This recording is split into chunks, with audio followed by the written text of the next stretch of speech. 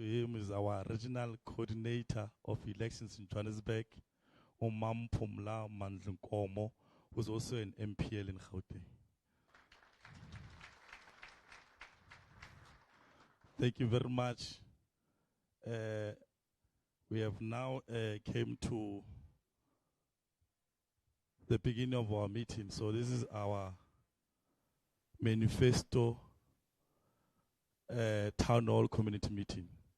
So we said we should come here and speak to you on a much smaller rooms, because the EFF is being filling up everywhere.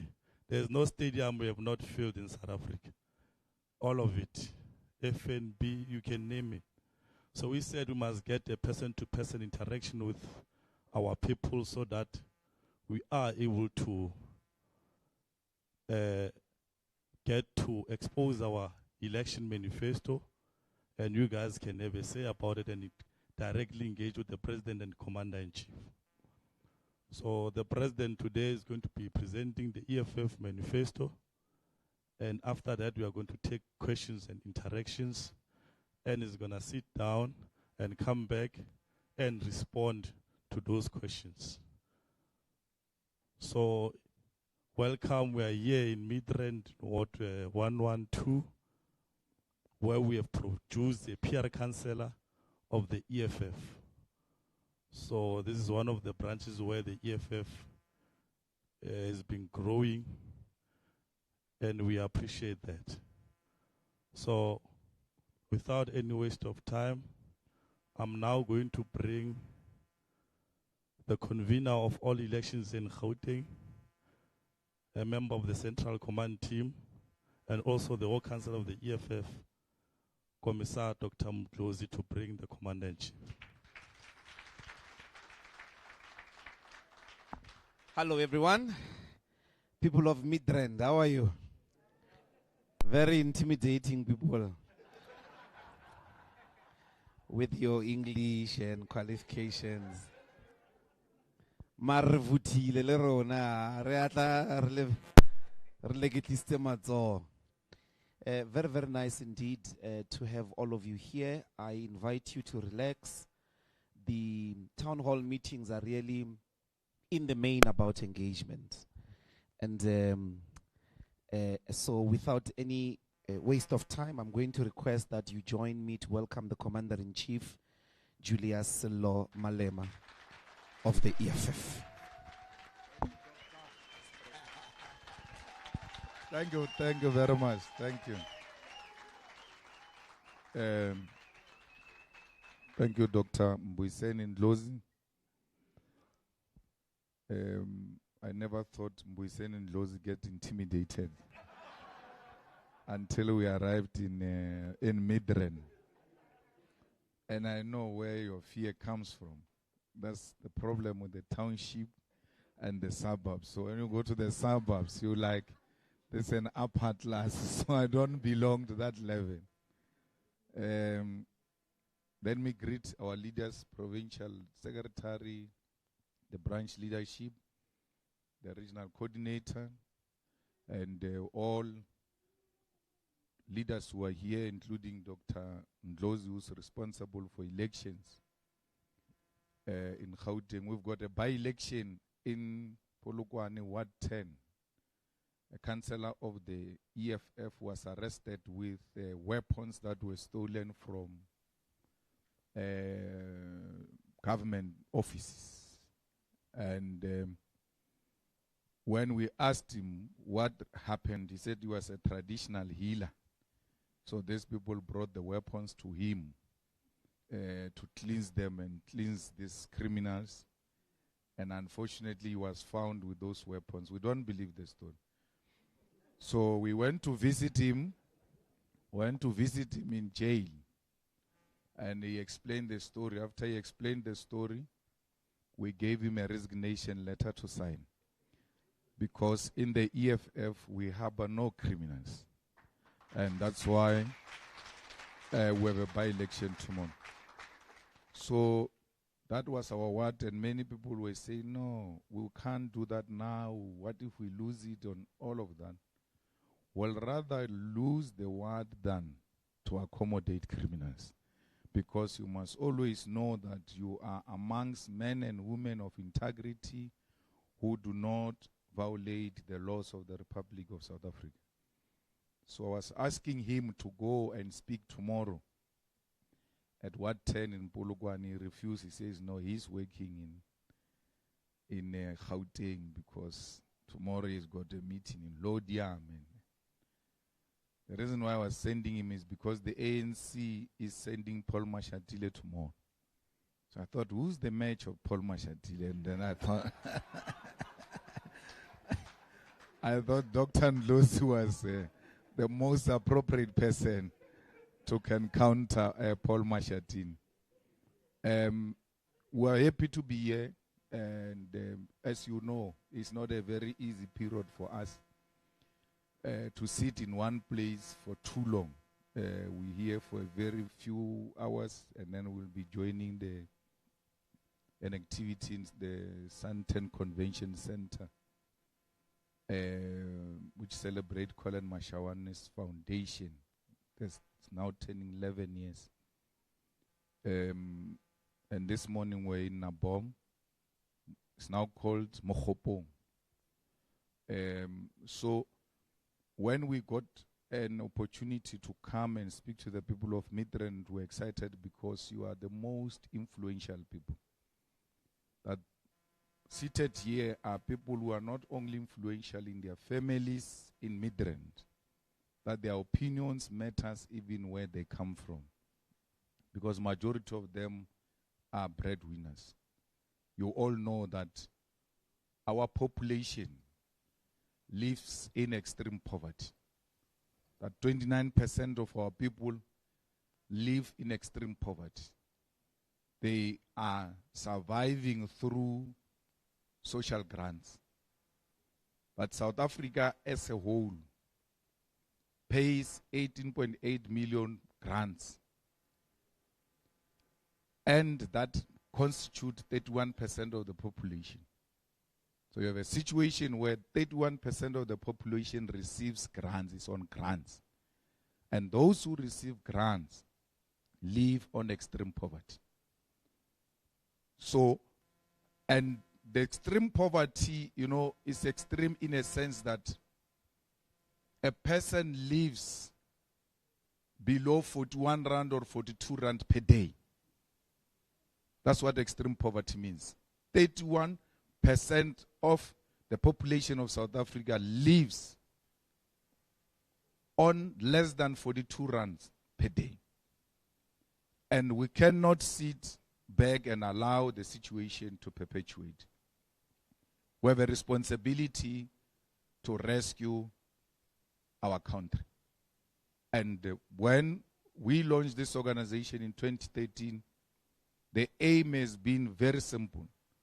We need to upset the status quo and introduce a new alternative, because in any way, the ANC is going to self-destruct like all liberation movement in the African continent after 30 years in power. So when the ANC self-destruct, there must be a viable alternative which is going to fight for this 31% of our people who live in extreme poverty. And there is no immediate intention to resolve this crisis of extreme poverty because someone benefits from that extreme poverty. So we must be worried that our people are living in conditions that are not sustainable, especially for us who stay in Midrand. Because when these 38.8 million people revolt against the status quo, they are also going to come for us. They will come for us twice, because they will say we sold them out. That we arrived, and when we were comfortable, we forgot where we come from. And we did not take any steps to resolve their problems. Anarchy is the highest form of disorder. And when that anarchy erupts in South Africa, anyone who owns BMW, Mercedes-Benz, or anything of that sort will not enter the township. Because everybody else who's got an asset that suggests you are part of the elite which has betrayed the revolution, you are going to be a target for assault. So we need to resolve this. And the EFF is the tool that can resolve this problem that is confronted by many of us. People go around saying, no, why is the EFF talking about borders? Why is EFF talking about borderless continent? But there's an issue we raised which they are not bothered to follow up before we go to the borders, which is an apartheid debt. That in 1993, it was reported that we are owing the apartheid debt 25 billion US dollars. Now, what was this money used for? This is the money that was used to buy weapons. If you remember, and Comrade Carl Niehaus will know that much better than all of us because he was in the struggle against apartheid. There were trucks that carried weapons, military trucks that carried weapons into KZN. And those weapons were procured with this apartheid debt. The aim of those weapons was to kill the people of South Africa. We defeated apartheid in 1994 politically. We also managed to get the UN to declare apartheid crime against humanity. Which means everything else that came with apartheid is unjustifiable and therefore have to be dismantled.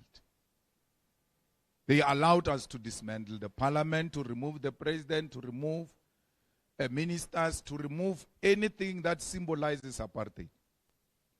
But they never allowed us to cancel the apartheid debt. Because for generations, we must be indebted to international financial institutions. We now are owing almost 573 billion, which we are servicing, and that includes the apartheid debt. So if you minus the apartheid debt to our foreign debt, then we save a lot of money which can be used in our social responsibility programs.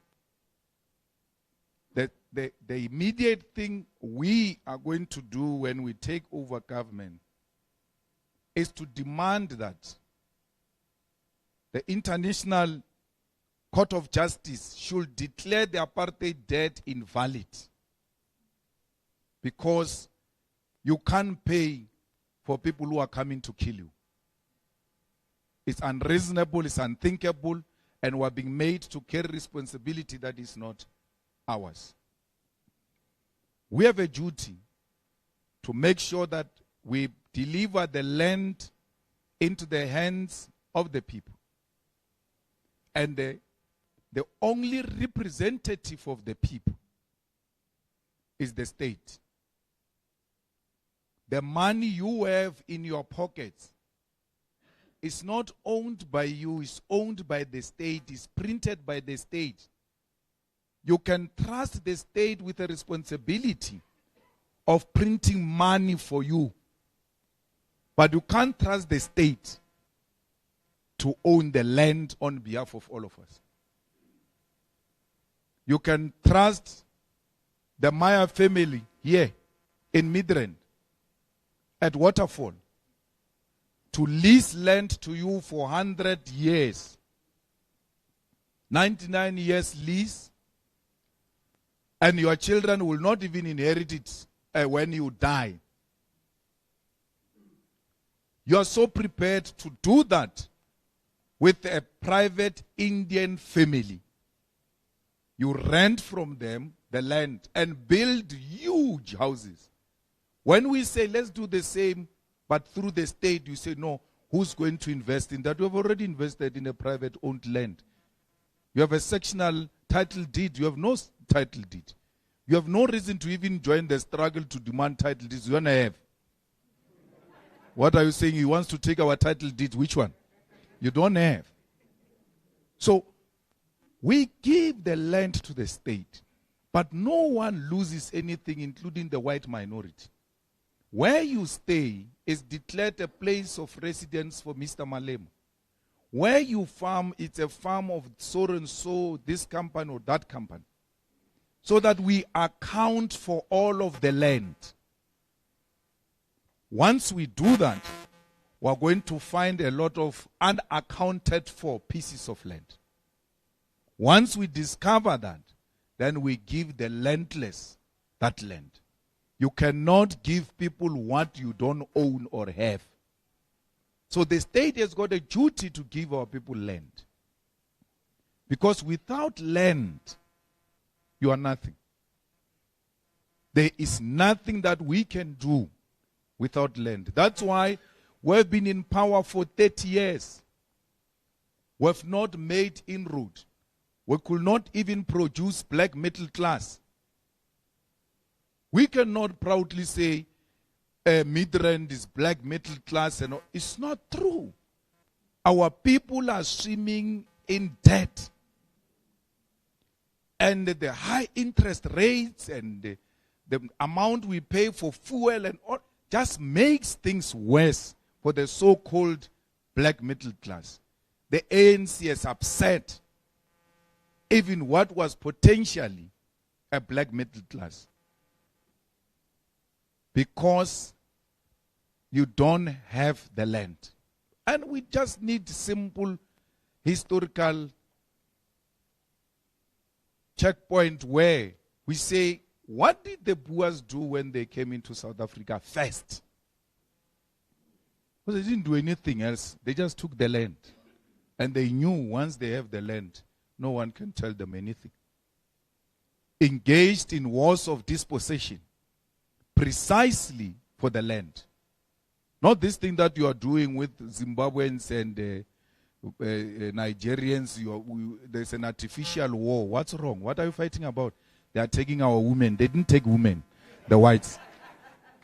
When they came here, they didn't take women. They took the land. They knew the land comes with women, with cattle, with... There's no one who owns who doesn't have a woman. The people who don't have women is people who find on the street because they don't own. Ownership and women go together. They must own. Women are not going to be subjects of poverty. So we have to take the land and give to them too. That men should not claim that they are the only rightful people who can work the land. Because the small garden in our houses, it's not you who do that garden, vegetable garden. It is the woman. I've been asked myself, hey chief, you need to allocate a portion here because I need to start my vegetable garden. It has never dawned in me that I must do a vegetable. They know that this is the land which must be used. And we have to give it to women. We have to give it to the youth. And make sure that they use the land to benefit the people of South Africa and the world. The land comes with everything that is on the land. That includes the sea that is allocated to the side of South Africa. It belongs to us. We need to take the sea and give our colored communities and African people in the Western Cape, in all coastal provinces, the fishing rights. Because fishing is a big business, especially in China. Once we give our people fishing rights as a result of land ownership, you already have a market which is centered in China, and it constitutes the 15%, a quarter of the world population. We're not saying we're not doing business with outside people. Instead of Chinese and Germans and whoever coming to fish here, we must fish ourselves and sell to them.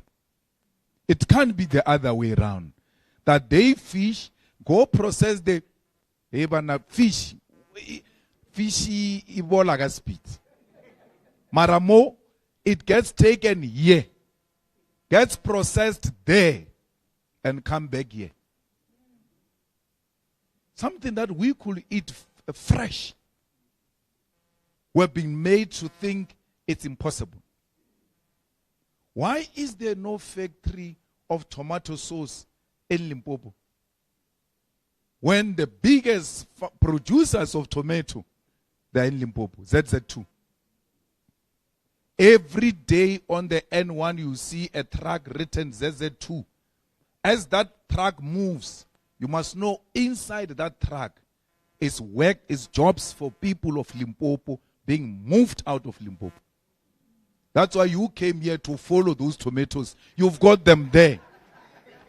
You leave them to go and then you go after them to go and work in a tomato sauce factory. Which you could, ZZ2, if he loved our people and loved the province of Limpopo, why is he not opening a factory in Limpopo and create both local economic activity and employment for the people of Limpopo?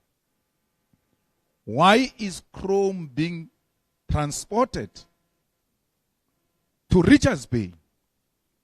Today, everything else in South Africa can never be built without steel.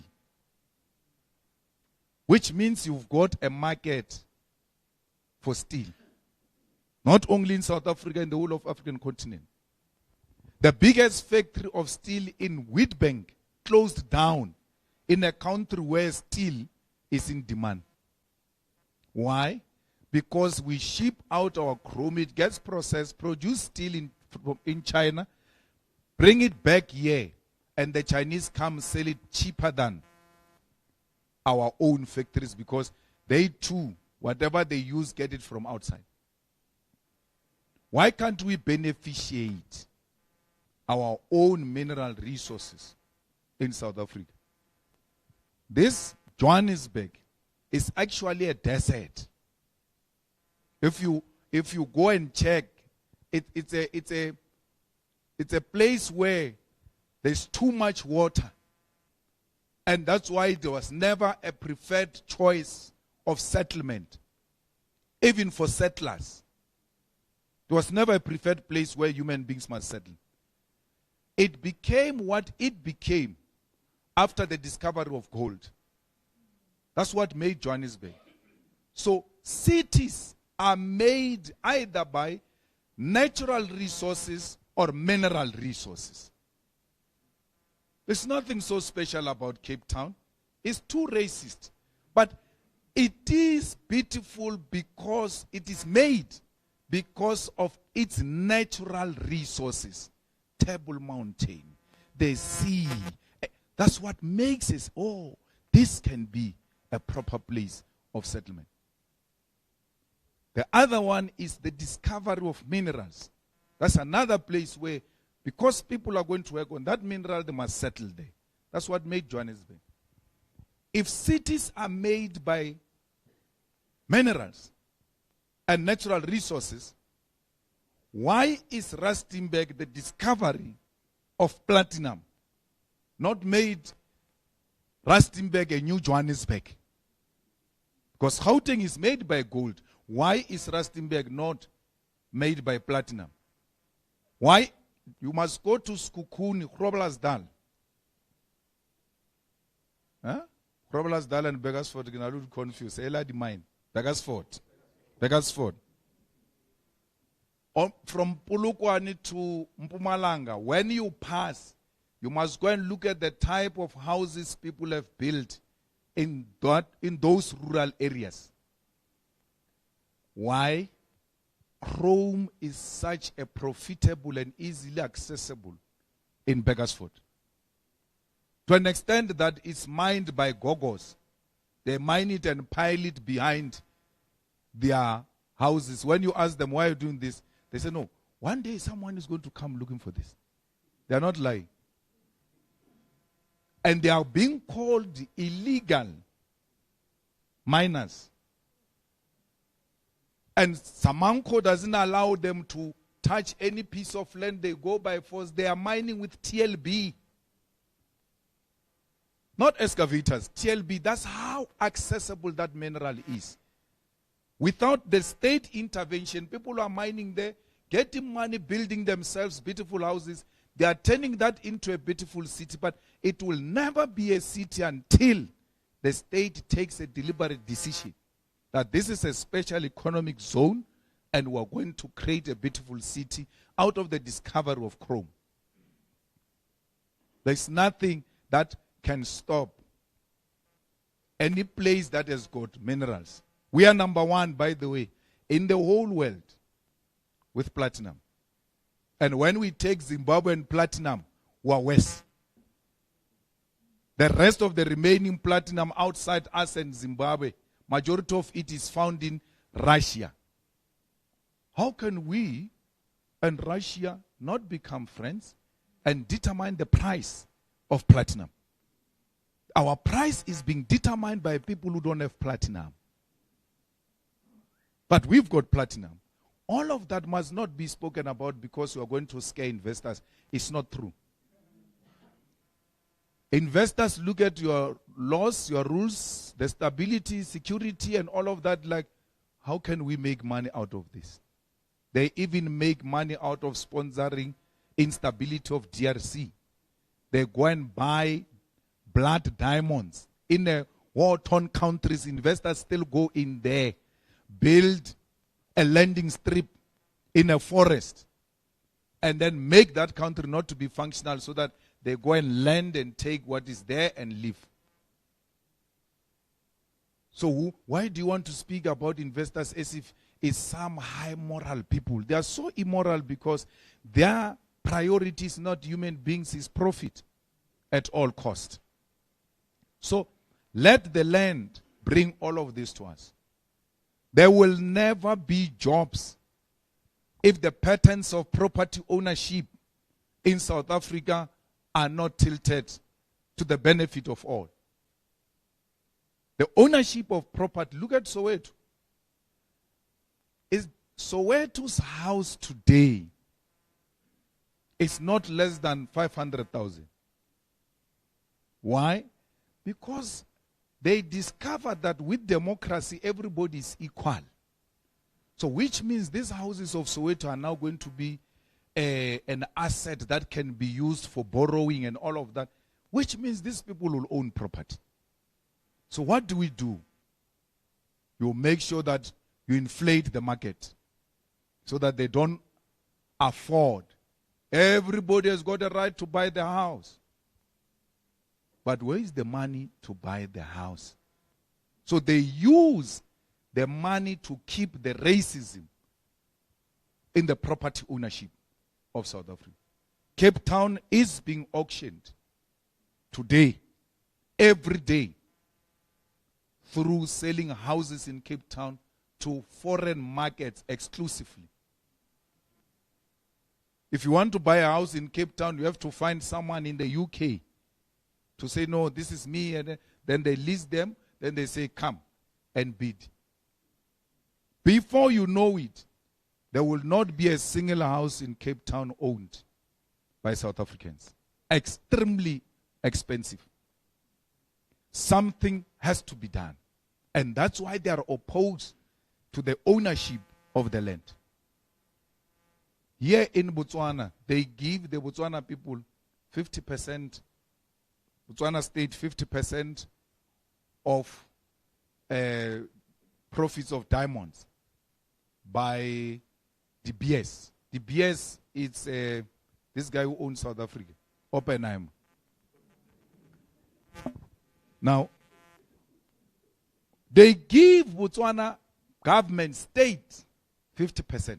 Say, no, take. And then they come this side. We say, we're asking for 50%. They say, where? How? You are going to scare investors. But the investor is not scared in Botswana. But when it comes to South Africa, the investor is scared. It's not because the investor is scared. It is because South Africa was sold during the negotiations in Cortes. When we were negotiating for our freedom, when Chris was fighting against the disbandment of Mkhonto Wesizwe, Cyril Ramaphosa and them were already in discussion for shares with Vodafone in UK during the negotiations. And this were told by him, by the way. And they said to Vodafone, if you come in here through these apartheid agents who are going to finish you when we take over, we are the future of this country, give us. They can't give you 50% because that 50% is given to your leaders. It's given to individuals. And I'm telling you, these guys are going to be the richest. Why? When they were given the shares in 1994, they said, you don't have money, we'll give you. But every time a dividend is declared, you pay us through that dividend until you finish. The information now is they finish paying that debt. 30 years of democracy means the finishing off of paying the debt of the shares that were given to them. Oh, the money is just going to go into the hands of individuals. There is no ANC elite that I know now who hasn't received dividends. All of them. Anyone of the ANC who was in business then, and Nokarwawanyana, so go and check all of them now. All of them are back in the game. Why? The dividends are now being paid fully because they finished paying the debt. You cannot, DBS is not refusing to give you 50%. When Ramaphosa says, but the state must get 50%, but no problem, we take from you. This one that you have, we take it and then deliver it to the state, and we take it from Matozoma, deliver here, take from Patrice, back to the state. Done. But you are not talking properly. Let's leave it, we'll come back to it. So, we were sold out by our leaders. That's why you need a new government to review all these big black economic empowerment deals, how they came about, and who are the participants. If people were given on the basis of their ANC membership, this must be expropriated to the state. We are not taking from this individual. We are taking and giving to the state. You are a beneficiary yourself, including. But now, South Africans are also going to benefit from that. Not individual benefit.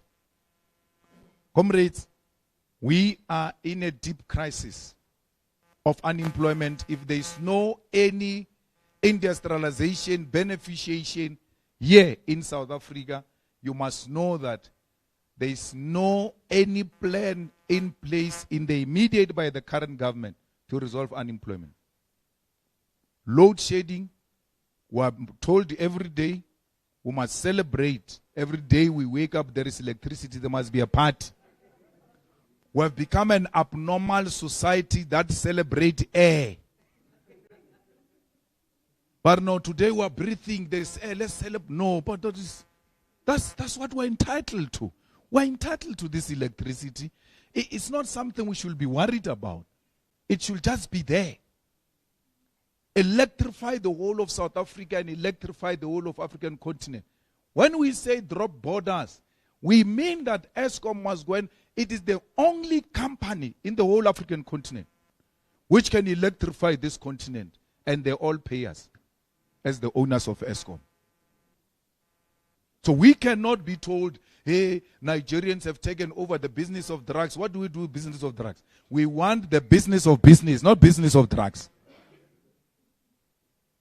So we have to make sure that we bring in a government that doesn't come in with baggage from CODESA. Because when you look at these elders, I had a privilege to sit with all of them. Nelson Mandela, Winnie Mandela, I know them. All of them know what must be done, but they are not doing it. Because someone is holding these guys somewhere. What is the point of putting parliament in Cape Town What do you benefit from that except that there was an agreement in CODESA that no, Parliament will remain in Cape Town? What do you benefit from Parliament in Cape Town, President's house in Cape Town, ministers' houses in Cape Town, deputy ministers' houses in Cape Town? If we relocate that to Pretoria, Centurion, or Midrand, I'm told there's a Chinese person here who owns a big portion of land in Centurion. We expropriate it. Because expropriation isn't it supposed to be for public interest? We expropriate it and build parliament here. No one gets build a house. Parliament is work, we're getting paid. Like all workers, let's go and look for our houses. Why are we being forced to stay in a parliamentary village? What if I want to stay in Guguletu? You now are forcing me, because if I don't use that house, I'm wasting state resources which were allocated to me. Leave parliamentarians to go find themselves houses. Many of ANC parliamentarians, by the way, won't have houses. That's how irresponsible they are. They don't have, even now. After 30 years, they don't know where they are going when they are not on the list. That's why when they are not on the list, they cry like babies, because they're like, what's next for me? We need to save as much resource and rechannel it to our people. Why do we need provinces? Why is there a premier? To do what? I don't know what's the role of a premier. My councillor, what councillor, is actually more important than the premier. Because you know, if the sewer is blocked, that guy must make a plan, come and unblock this. Call Panyaza and say, come and unblock. Now, in terms of government systems and protocols, there's province and local, and you're going to hear some English. Why do you have an MEC of education? To do what? Because education is national. Our children write the same question paper. There's no Gauteng question paper. The syllabus is national.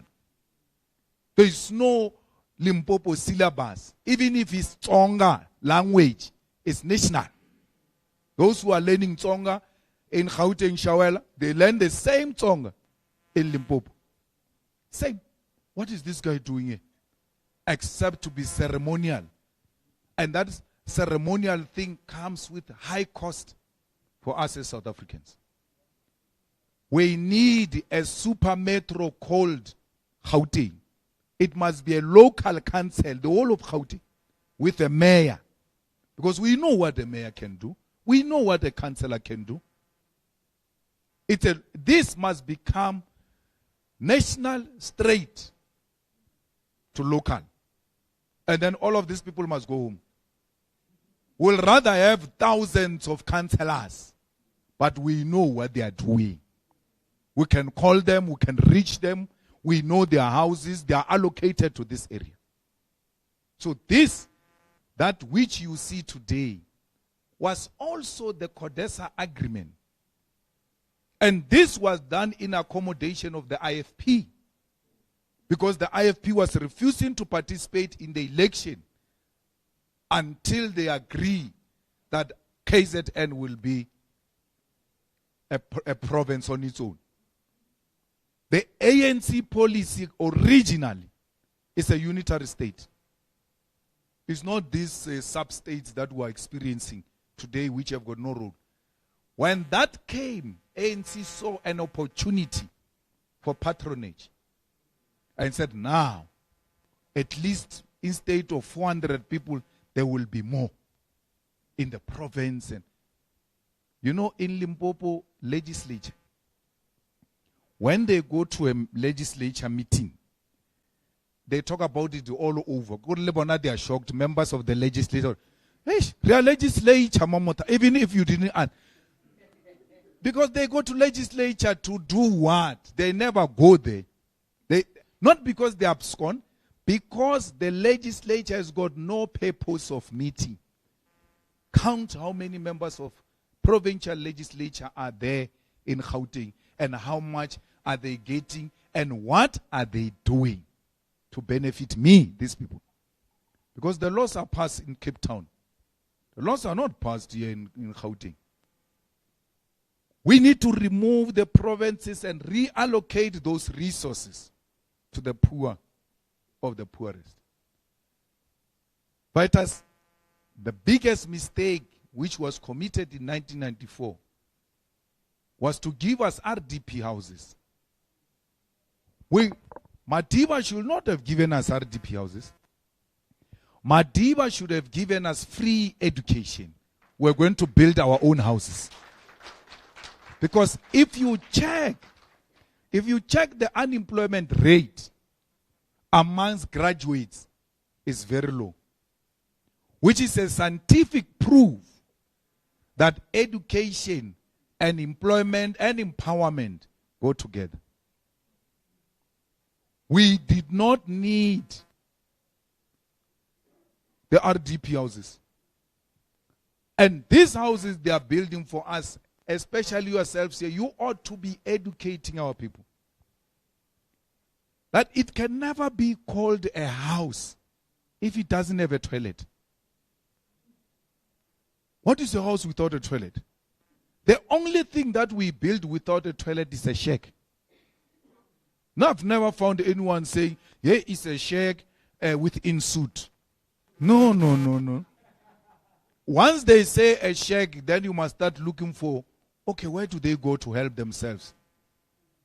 They give you glorified shacks and call them houses, and you celebrate them. No one questions that in Soweto, in Mamelodi, in Atteridgeville, in Seshego, in Umlazi, there were boycotts all over. People saying, we don't want matchbox houses. We want houses. We were looking at those houses which were given to poor white Afrikaners in town. We're saying, at least if we can have those, will be better. They came, gave us worse than what apartheid gave us. Worse than what apartheid gave us. Because Seshego's houses of apartheid are still standing. I can't say the same about RDP houses which were built in 1994. They've collapsed, all of them. But every time, that's why they kept so many millions of South Africans on social grants, because they must think that without these people we are nothing. We have to make education free of charge for all of us, white and black, rich or poor. Education cannot be a commodity. You can't buy education the same way you are buying bread. There must be a difference. Education is a right inherited from birth. Our grandmothers are teaching us at home. Our mothers are teaching us at home. They are not being paid. That is education. So why when we go to the state, now someone must be paid for us to be educated? We don't get started to be educated at school. We're educated at home, taught how to walk, how to speak. That's education which our parents owe it to us. And no one pays because we're entitled to that education. So why now when we grow up, it changes that now you must start paying to educate society. An educated society, it's a society that will not be intimidated by the ruling class. Today, those who are fortunate to work in the private sector, you get a white young girl joining the firm, put under your tutelage, train this person and all of that. Tomorrow when you come back to work, you are now reporting here. Okay, why am I reporting here? You are not questioning the authorities, by the way. You're just asking her, why am I reporting here? You go back, man. This girl was empowered by me. I was the one who was teaching. Let me go and check your qualifications. She has matric. With all your fancy degrees, you are so comfortable reporting to a matricless Afrikaner young lady because you are scared of their parents. We want this government of the EFF to empower you so you can speak on your own that I'm not going to report to this matriculous. It's not going to happen. I've got this and this and this. I've gone to school. We cannot have a black middle class worshipping whiteness and scared of whites for no reason. Most of these people of white people are not educated. They threaten us with their skin. We think white skin means success. And success is education. Only this government. That's why we've given you a weapon. Most of you are using in your firms. Every time they try to bully you, you say, I'm going to call EFF. And then everything changes. Imagine what we are doing for you now without being in government. How much we can do when we are in government. When we are ministers who can just walk into any factory and say, what is this now? So that's all we are asking you. You see the power of the EFF outside government. Imagine the power of the EFF inside government. That is the power that all of you need. There is no one, all of them combined, who is better than Floyd when it comes to the economy and the finances of South Africa. No one. You know, we don't have time. We'll tell you when we entered in parliament, we introduced that concept of illicit financial flows. Every time Floyd finishes speaking in the finance committee, they all argue with him and they don't say anything, by the way. When the thing finishes, they're like, hey, take us through, man. What is this? Send us notes, on that, but don't talk. Send me notes. I want to support that point. We are teaching them about the finance and the economy of South Africa, which they don't know. And we are not in government. They say Floyd is going to steal the money. I want Floyd in finance to steal the money. But I am finance in Ekurhuleni for more than a year. Never stole a cent. They cannot accuse any of the EFF MMCs in Nelson Mandela, in Johannesburg, in Ekurhuleni, in Mogale City, in eThekwini. They removed our MMC there. They can never accuse them of any wrongdoing. That's why the ANC, even when it was fighting with us in Ekurhuleni, they could never say we stole a cent. Because we don't steal money in the EFF. We built this organization from scratch with no budget. Today, it is the only political party that owns a property in the city center of Johannesburg, Winnie Madikizela Mandela House. You look at its activities, its organization, and all of that, you can see that with the little resources we have, we maximize and make an impact with those little. You've got posters everywhere. So if there was stealing of money, all of this was not going to be possible. I was telling journalists yesterday that we once did a rally at Orlando Stadium. And Muzwandile Masina said to me, oh, that stage. Yes, that's too much. It was too beautiful. I think that is 10 million. God, no, it's not 10 million. It was 1 million. What 10 million? What? It's not true. Because when you give them a quotation of 1 million stage, they say you missed the zeros. Add the zeros. Then, after giving you 10 million, they come and take 8 and leave you with 2. There's an ANC corrupt person who was, these people went to court to win a case, constitutional court, of 30 million against Gauteng government. Then they don't want to pay them even when they've got a court order. They say, no, but if you go to so and so, you can work this thing. Go. You know, they went to this person. He says, no, let me go and check. We'll come back. When they come back, he says, no, money is doable. That thing they agreed. But you'll have to give us 20 million and take 10 out of 30. The Constitutional Court said, these people have done work. Pay them. But no, give us 20. What's going to happen to the money that I've spent doing this work? That's why most of our people here, young entrepreneurs, are doing business. But we don't know where they're going. We can't see any progress. Mara, I'm a businessman. I've got a tender.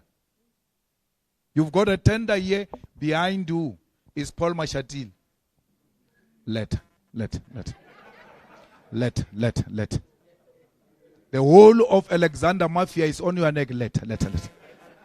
Pay. We have got no such history as the EFF. Because we believe with every little resource we have, if properly spent on social services of our people, it will have a meaningful impact. So we are here to say to you, there is nothing that we are suggesting which has not been practiced anywhere, including by apartheid government. They owned ESCOM. They owned Transnet. They owned PRASA. They owned Dinel. When we come in, it's not true that these things are not functioning. Those institutions, those government companies are working proper. They are being made to fail so that they can be privatized. Let me tell you about PRASA. PRASA hires, let's say, 10 locomotives from a private company. 10, they say, bring here. Then out of 10 locomotives, they pay 50 million. Then they take 6 of 10 and pack it. Don't use it. They go and put it aside and use 4 locomotives. And then they make 15 million after spending 50 million. Then they come to Parliament and say, this thing is not working. We spent 50 million. It brought 15 million. EFF, this is wrong. This is not working. You are eating the money. Everybody in South Africa up in arms, fighting. This thing is taking our money. They made it deliberately to fail so that they can win you over. And then they sell these things to themselves. All of you know that Trevor Manuel is a businessman. But you all don't know what he's doing. It's a businessman. But Trevor is involved in insurance companies. A lot of Transnet assets are insured by Trevor Manuel. But because it's insurance, it's not road construction, it's not an easy tender. Look, insurance, okay, I know. Yeah, no, it's understandable. You don't ask, but what is this? Can you imagine an insurance company that insures the assets of Transnet? We don't know what business Trevor is doing. But Trevor is being paraded as one of the most successful business people. So, we need to own our own state assets. That's where money can be made. If you deploy the best of the best, irrespective of their political affiliation. Are they South Africans? Do they have an ID? Do they have the necessary qualification? If the answer is yes, this is the rightful person. Politics is secondary. Politics, football. After joining Ritomo, which team do you support? Must never be a prerequisite for you to participate in the state. So, there is no state, anything. So, people like Brian,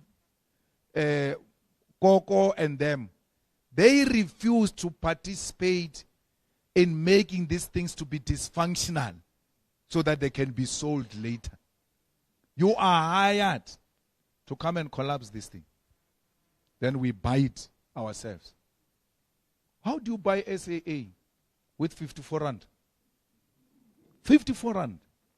There is no peace in a single plane, Dr. Ndlozi. There is no peace, the smallest piece, in the smallest, minute, smallest piece in the plane that costs 54 rand. Anantoga topper you. This one is 54 rand. Not in the plane. So to buy the whole plane with 54 rand, and people still say, no, let's give them chance. 54 rand. And then they completely fail. They come and say, we failed. But we told you before that this is not a good transaction. It's not going to work. No, this is anarchy, disrespectful. We fought with Pravin Gordhan inside parliament, went to disrupt him on the podium that you are selling our state. Oh, this is anarchy. The same Pravin comes and says, this was a wrong deal. Yeah, no, let's leave it. And then they leave it like that. It's no longer news, by the way. Oh, it's done. But in Nkandla, we still remember it today. Till today, we remember Fire Pool. Here is the asset, billions worth of assets sold for 54 rand. And our black brother Tsepo get used. Successful businessman in his own right allows his name to be destroyed by political elite of the ANC who wants to steal SAA. Under those guys, SAA, if you thought SAA was a problem, just go and look at between that deal and now when they collapsed it. SAA was dysfunctional even when these guys were there. There's no one who catched an SA flight during that period and the flight left on time. If you are lucky, it's 2 hours delayed. Yet they say, no, there is now a private participant. This thing is going to be successful. It's not true that when it is private, it's inherently successful. Because there at the commercial court, they liquidate private companies every day. But there's no government company that gets liquidated there every day. So, of course, other things must be left to, individual businesses to run. But comrades, how do you say this individual is responsible to giving people electricity? We say, no, let's collapse Eskom generation of electricity. Rupert shall produce this electricity for you. It's an individual. He just wake up angry and just switches over. That's what we do with our farms, with our houses. Mama talaka gate here. Let us say, that gate must be closed. Mama, what went wrong? I don't feel like it. Not today. So Rupert wakes up, Bambala says, not today. I don't feel like giving them electricity today. So, when we say the ownership of strategic means of the economy by the state, we mean exactly that. That there are certain things you cannot give to private individuals. How do you give railway lane to an individual? No. Today, there's no train that is going to move here.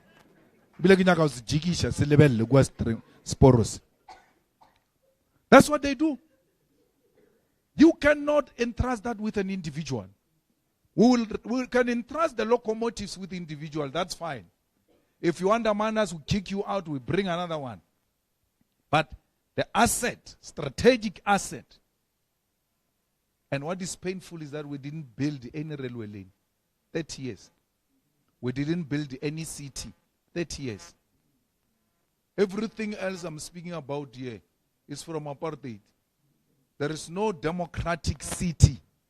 We're told of a city going to that private airport. Lanseria, there's going to be this, and speed trains going to Venda and coming back. And we said, you are dreaming. He said, no, I'm allowed to dream. He agreed he was dreaming that time. I said, I'm allowed to dream. Today, there is no strategic asset that was built by this democratic state. We inherited everything from apartheid and made it dysfunctional and collapsed it. I grew up in a township in Sishiwu. We never had a problem of water. If water was not there in that township, is that day. Today, in Sishiwu, for them to have water, it's a call for celebration. And we thought it was in Sishiwu. Now it's here. In Midrand. In Santen. I always, become so happy when I see them there complaining they don't have water. No, we don't have water. You're like, hey, my guy. This is our daily life in the villages. Do you now have a feel of what our people are going through? Not that there is no water. The infrastructure is collapsed. It was not maintained. They will never build a bridge in Johannesburg. They are still driving on apartheid bridges. And what is good about bridges is that it's engineering. It tells you the lifespan of that bridge. They don't know when was it built. They don't know what is the lifespan of that bridge, whether it's still intact or not. They wait for it to shake. And then some white people must start tweeting, this thing is going to collapse. This thing is... Close it, close. Why did we reach the state of a bridge shaking? If we're a government that cares, when you come in, you look at the state asset, what is what, where is this and that. They have no idea. They want what is going to be paid through invoice tomorrow. That one, they will kill you. If the CFO's mother dies and then he leaves and there's an invoice, you must not come back. If this money is not paid, you must not come back. You have to abandon your mother's funeral to go and pay the invoice. They don't do that with service delivery. That if this bridge is not completed by this time, forget. No. They don't complete it by that time. They extend its lifespan and put more money. Look at Medupi. Medupi is costing billions of rands. Is still not being used optimally. Why? Chancellor House of the ANC is involved in the construction and building of Medupi Power Station and Kusile. Every time that tender comes to an end, no, there's this thing that must be fixed. How can Medupi have a structural problem in less than 20 years? The apartheid power stations are still standing. We are the ones who are demolishing them. They are still standing. Medupi collapses on its own in less than 20 years. And so much money has been spent on that. An educated black elite which knows these things allows them to happen. Because we are the ones who must be standing up and saying to our mothers in the villages, in the township, our fathers, our relatives, this thing has to stop now. Because if it can't stop now, if we don't stop it on the 29th, we must all accept our fate. That things are going to become worse, and we would have made it possible with our votes. Thank you very much.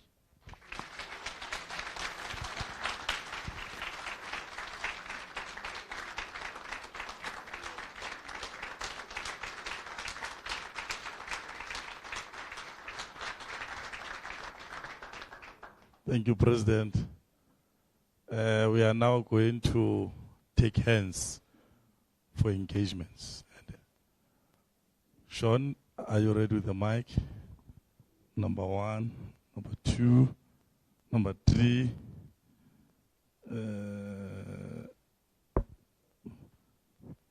Yes, number 4 and number 5. Yeah. Let's just finish it once. 6, 7, 8. Thank you. 2 minutes rule. So don't be Don't give a speech. Just be on point and precise. Thank you, number one. Evening, CIC. We want to see you. We don't want agents.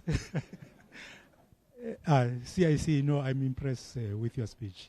I've been following all your interview press conferences, and I must say I'm very impressed. But the problem I have, every time I tell my family, my friends that no, this time I'm going to vote EFF. Most of the people, they say, no, I know. Malema is lobbying to finance his lifestyle. If you vote EFF, there's nothing you're going to get. He's doing this using the poor in order to finance his lavish lifestyle. I was going on Twitter, and then when I go through that, somebody was posting all those things. The Malema, the kids, this so much and so much. So I said, no, this time I want you to convince me that no, this time I'm going to vote for EFF. But I know all these things might be not true. Thank you. Thank you very much. Number two. Sean, faster. Yes. Thank you, CIC. My name is Graham. I think you and I will deliver the keynote address on the funeral of Mr. Msibi. I was the advisor of Mr. Msibi. CIC, my question is based on two business that I'm in. I'm in the property development. My properties are based in Sentin, not far from Rivonia and East Road. I build properties, townhouses there.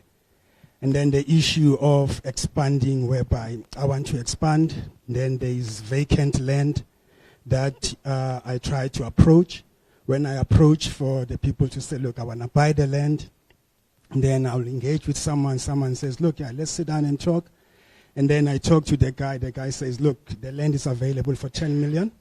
Then we agree to say, okay, look, 10 million is doable.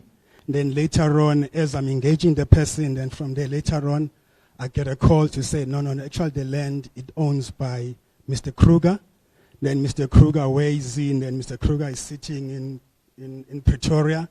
I call Mr. Kruger. Mr. Kruger says, no, look, the land is available. We can engage on 60 million. So those are the problems that we are facing in terms of where we need land to develop, but the land is not available. So that is the issue that we have, more especially in Sentin. In Sentin, there's no land that is available. All the land owns by Afrikaners and Chinese. That is the worst one. Then secondly, number two, I've got a farm in Balfour, whereby we also deal with the government. The government we have the partnership whereby I do pigs, then the government will come and borrow us probably maybe 10 pigs to produce them. Then later on, when they are 200 or 300, then the government will come and says, look, we want to take the pigs back, but at the same time, you need to pay a certain amount in order for you to save that partnership. That is the problem that I have. Thank you so much. Thank you. Number three. Yes, Sean. Good evening, Dr. Ndlozi, CIC, incoming President of South Africa.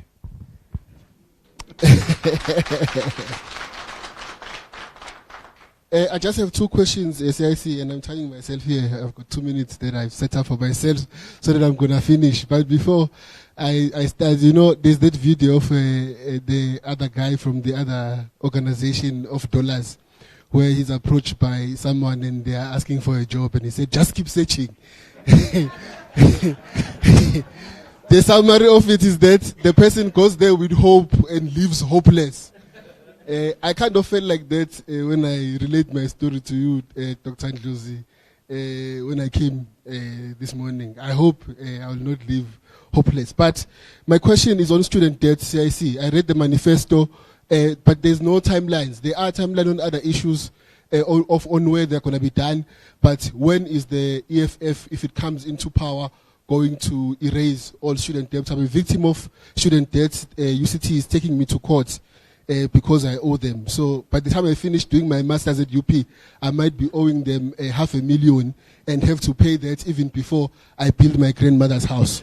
My last question is on what Martin Luther said about there being no justice without, there being no reconciliation without justice. And I've seen a video of you, CIC, making an apartheid judge apologize. And there are laws in Germany, for an example, that speaks directly to those issues of discrimination and racism. In South Africa, we have something called criminal injuria, and it's not very specific. That is why somebody can come and apologize for apartheid or colonization, or come and call us kafirs and not be punished. So what is the EFF going to do to address those issues of justice? And I know in Germany, they arrested a 103-year-old in 2022 who was 22 years then, during those times of the Holocaust. And so this is my question to say, what justice are we going to have? Because clearly that Truth and Reconciliation Commission was a circus. Thanks. Thank you very much. Number 4.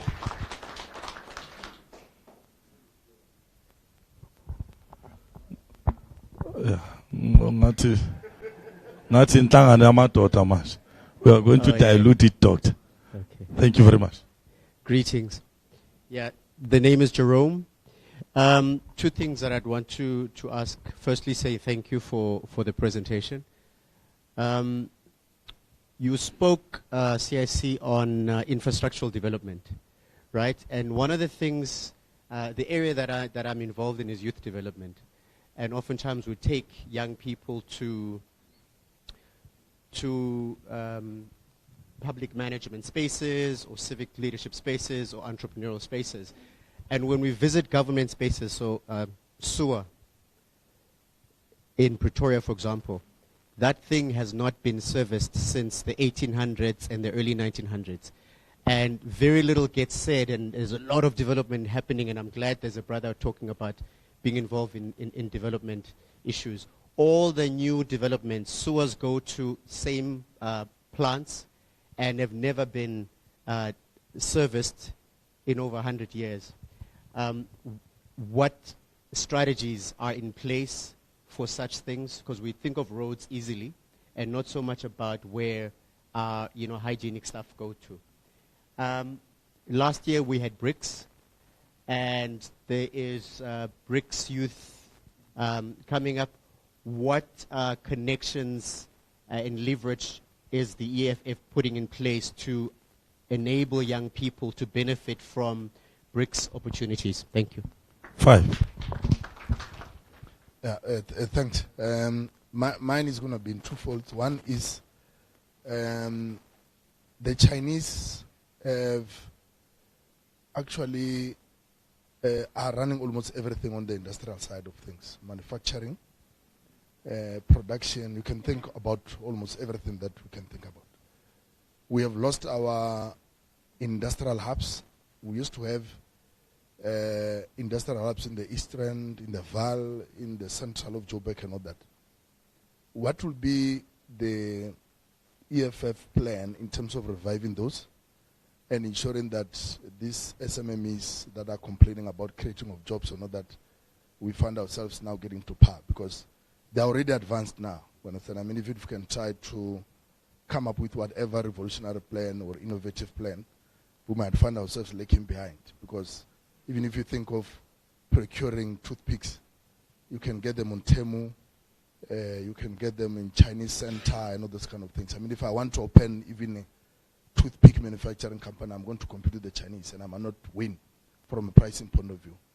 That's number one. Number two, because of the industrial hubs are so overburdened, SARS and the production lines in the country, they're coming so hard with, towards the SMMEs in terms of getting as much as they can, to an extent that even if you can try to do business, you'll be left with nothing.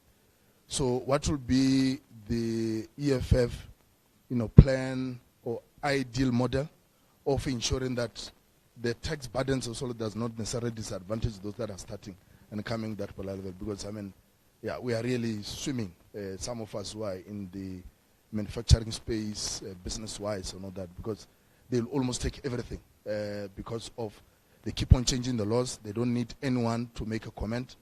Tomorrow, on Monday, you can wake up with some changes on the tax legislation having changed to take even the little 50 rand that we have to finance the non-performing production lines in the country. Those are the two things that I wanted to check. Thank you very much. Number 6. There's a lady here. Matotan. Wait, Sean, bring that mic here. We are diluting the patriarchy. We'll come back, leader. We are just obsessed with women participation. Greetings, Mr. Incoming President of the Republic of South Africa. So my name is Zintle Putin, and I do not have questions. I'm going to be short, even though I'm tall. I do not have questions, but just like input. I feel like when it comes to the issue of graduates not getting jobs, we're not very intentional about solving it. We always say, well, there aren't jobs in the market, and then we leave it at that. I think we need to start being more intentional because there is a skills mismatch, which is why some of these graduates that we have are not employable. So we need to be intentional about that, even if it means like there has to be, like a committee that will do research to find out what's the issue, what does the market needs, and also our tertiary education system seems to be a little bit outdated.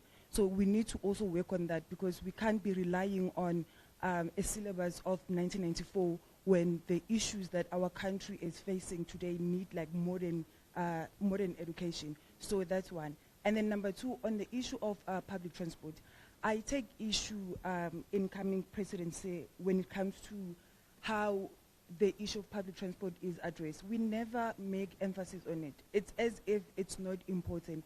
Transport is as crucial as water and power.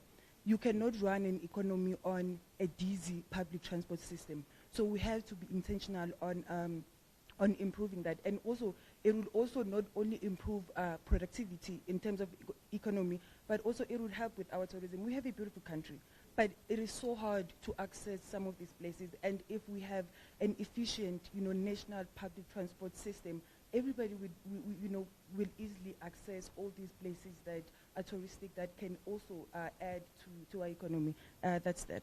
Thank you. Excellent. Number 7.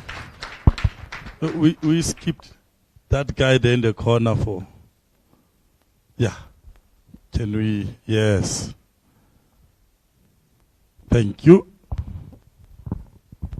Good evening, CIC. My question is on the state of NSFAS. I had a business which I decided to close shop in 2021. I was one of the key players in the education space with regards to procurement and printing of educational textbooks, which is a niche market which very few people do in this country. 2019, Blade came into power within the higher education space. So much changed. Some of it seemed to be for the better. The disbursement of NSFAS funded students used to be administrated by a third party. A speech was given that what's supposed to be benefiting students is shared, with service providers and all of that. As a result, that needed to be taken away. We were happy to receive that, but we have seen recently, the image of another service provider with very controversial practices that actually was just another image of the previous service provider, just in a different mask. Currently, we have seen in recent times, the NSFAS was put under administration. The CEO of NSFAS was also fired, I think, 6 months ago or something. So at the moment, universities who are the custodians that are managing millions in funds of private funders and private donors that are disbursing funds directly to the universities that are trusted by parents and all of that are paying their monies for their kids to study directly to university. Why is NSFAS an exception? Why is NSFAS money not disbursed directly to the institution to administrate them for the best interest and do away with all the middle class that are currently costing the learners in this country? I want to know the EFF's position on that. Thank you. Thank you very much, President.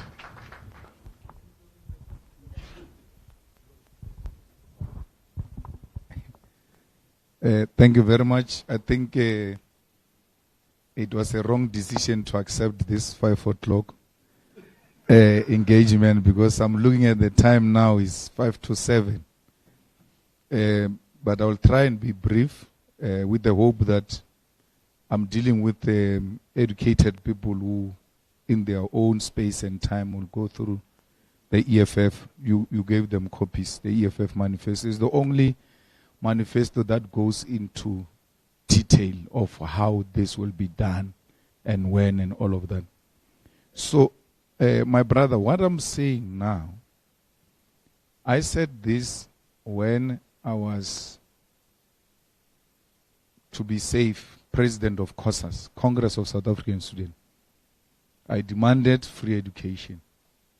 I demanded stopping of corporal punishment.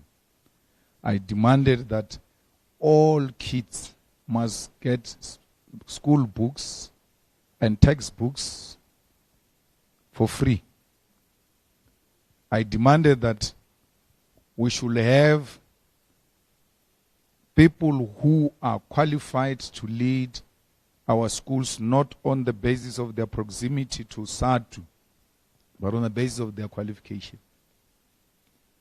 And COSAS was related to the ANC. It's not a structure of the ANC. COSAS, and I don't know why they always make that mistake to think they're a structure of the ANC. They are not a structure of their, they were formed on their own. So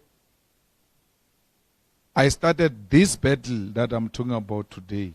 Then there was no lifestyle that I was pursuing or anything of that sort. I was an activist. I was a political activist. And I grew with these things into the Youth League, where I demanded all of this. I was not doing it because I'm running a political party for you to vote for me to finance my lifestyle. I was not running a political party. I was in a party advocating for this.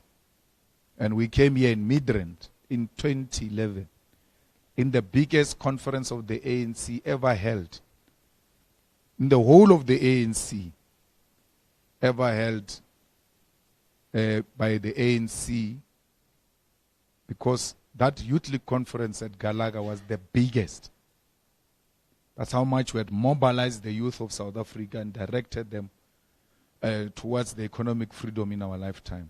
We had a march, a historic march that was never done anywhere.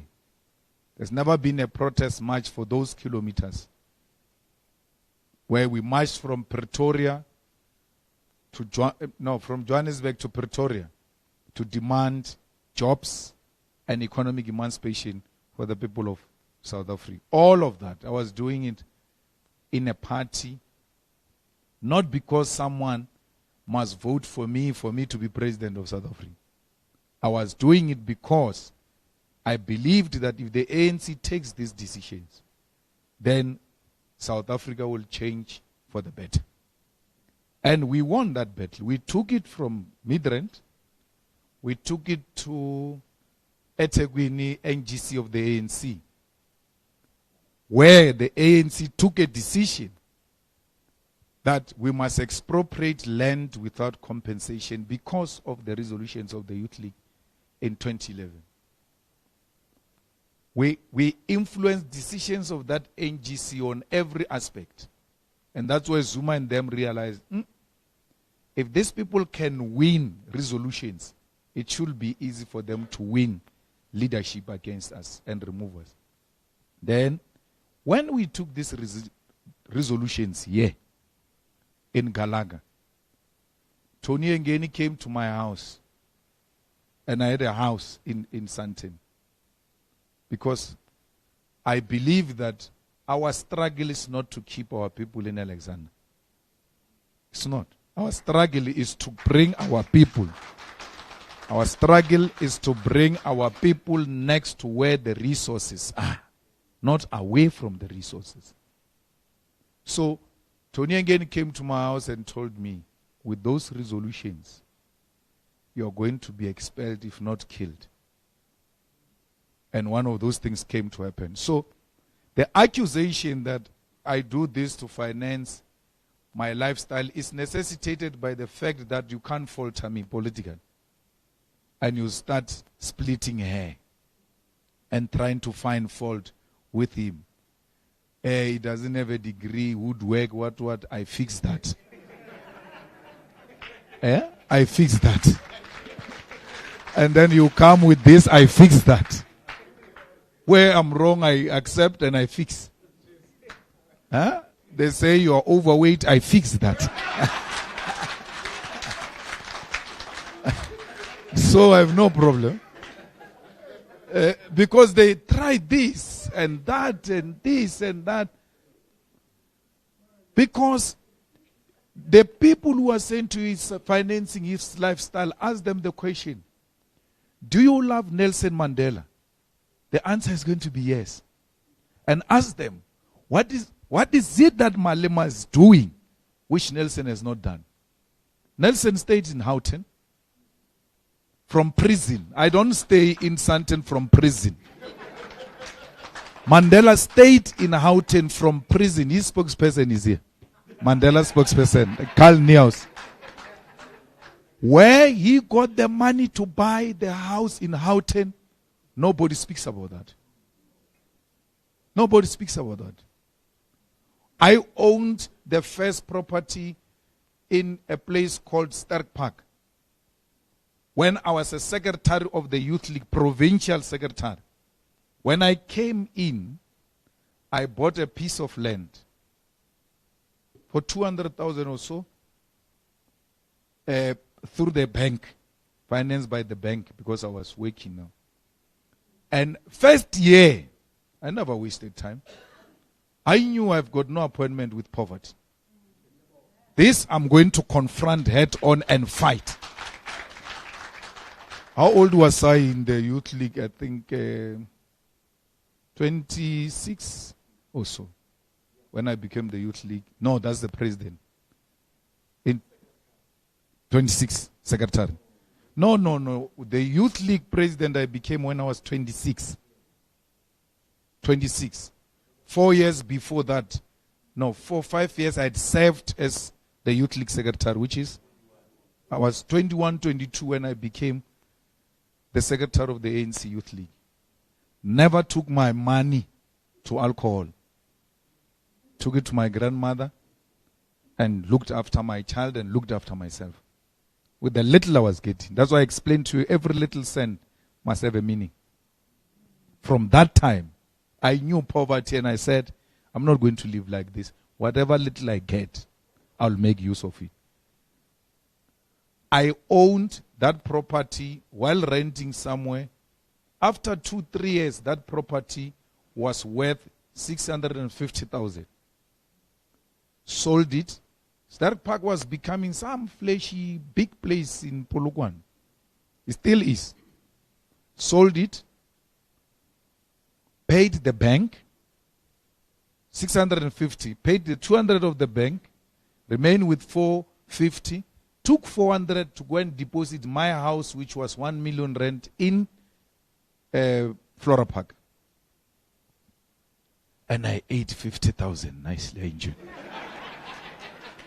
I peke swante ke kwa mata ke. Ke bereki. From there, I worked, serviced that bond.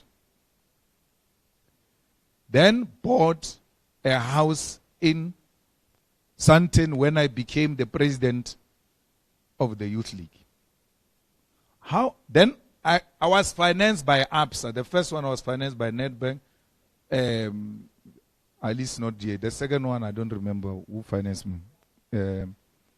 And then, this one of Santana, I'm sure, was financed by ABSA. All kinds of ANC leaders who could think of gathered in that house. It was just an ordinary house of 3 bedroom, 1 in-suite and the rest 3 bedroom, and then there's a common bathroom. Any leader of the ANC you can think of was always there. And they were like, hey man, you know when we sleep here, the problem is that we meet each other in the morning to the bathrooms. We need to renovate this house. They all brought money together. Remember, I'm too young, I'm 26. They brought the money together, themselves, and then demolished my house and started building a house there. It was built, that house, by ANC leaders, not me. Not me. That bond I'm telling you about, I'm still paying it now. So I can account for everything of mine. It's just that some things are over-exaggerated. I mean, there used to be a story here when we were renovating that house. Dr. Ndlozi, for sure you were still in, where were you during that time?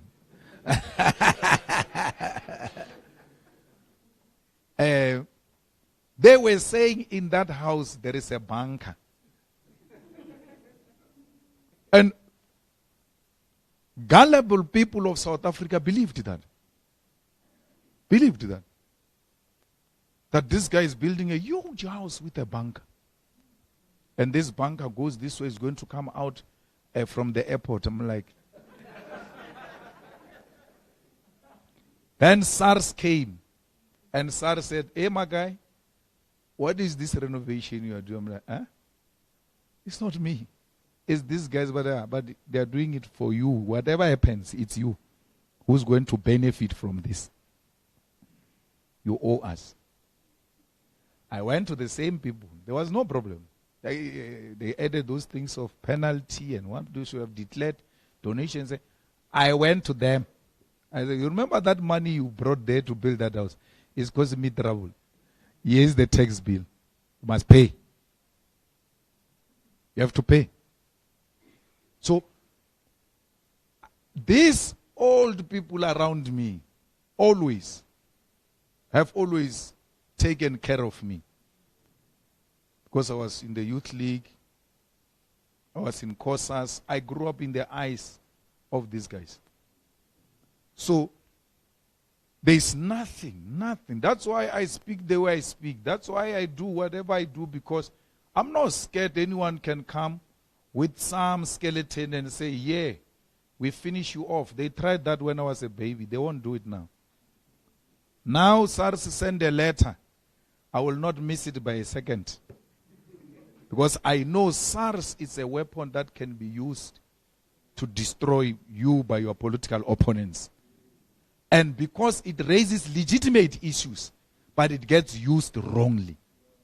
You are owing them. SARS will never come saying you don't owe them. If you don't owe them, you owe them. They will come.